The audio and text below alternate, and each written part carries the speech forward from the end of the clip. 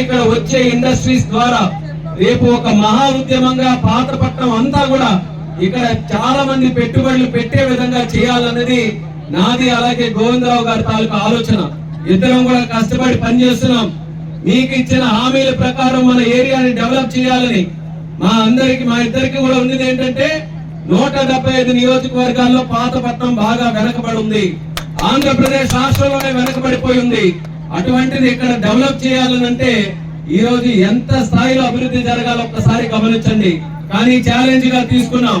ఒక పక్కన polytechnic college పెట్టాలని, మరొక పక్కన ఇక్కడ ఉన్నటువంటి రోడ్డు వ్యవస్థలు గాని, సీసీ రోడ్లు గాని, బెయిల్ గాని అవన్నీ కూడా మౌలిక వసతులు చేయాలని, అలాగే మన మిలియాపుట్టి గాని 5 మండలాల పాతపట్నంలో ప్రతి ఇంటికి కూడా కొలాయి ఇచ్చి నీరు అందించాలని, అలాగే ఇక్కడ ఉన్నటువంటి యువతి యువకులకి మంచి ఉద్యోగ అవకాశాలు కల్పించాలని మా తరపున కృషి చేస్తూ చంద్రబాబు నాయుడు గారు, పవన్ కళ్యాణ్ గారు, నరేంద్ర మోదీ గారు వాళ్ళందరి తాలూకు ఆశీర్వాదంతో మంచి ప్రోగ్రామ్స్ మనం చేయగలుగుతున్నాం.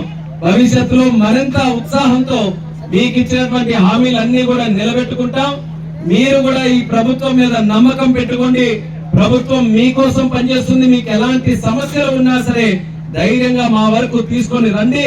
పూర్తిగా మీకు న్యాయం చేయడానికి మా తాలూకా అండదండలు మీకు ఎల్లప్పుడూ కూడా ఉంటాయని మరొకసారి మిలియాపుట్టి ప్రజలకి, ముఖ్యంగా మా సోదరీమణులకి అందరికీ కూడా సభాముఖంగా తెలియజేస్తున్నాం. ఎంఎస్ఎంఈ పార్క్ ఇక్కడ వచ్చింది. మూలపేట టెక్కలిలో పోర్ట్ వస్తుంది. అలా ఈ పార్క్ నుంచి పోర్ట్ వరకు బ్రహ్మాండమైనటువంటి రోడ్డు కూడా తయారు చేయాలనేది ఇప్పుడే మేము మాట్లాడుకుంటున్నాం. రేపు భవిష్యత్తులో ఇక్కడ మిలియాపుట్టి నుంచి టెక్కలికి హైవేకి కనెక్ట్ చేసే రోడ్ ఏదైతే ఉందో అచ్చెన్నాయుడు గారి తాలూకా సహకారంతో కొంతవరకు డెవలప్ చేశాం. దాన్ని ఇంకా వెడల్పు చేసి ఇంకా పెద్ద చేయగలిగితే పోర్ట్ నుంచి పార్క్ వరకు మంచి అనుసంధానం మనం తీసుకొని రాగలిగితే ఇంకా మంచి ఇండస్ట్రీస్ ఇక్కడ వచ్చే అవకాశం ఉంటుంది.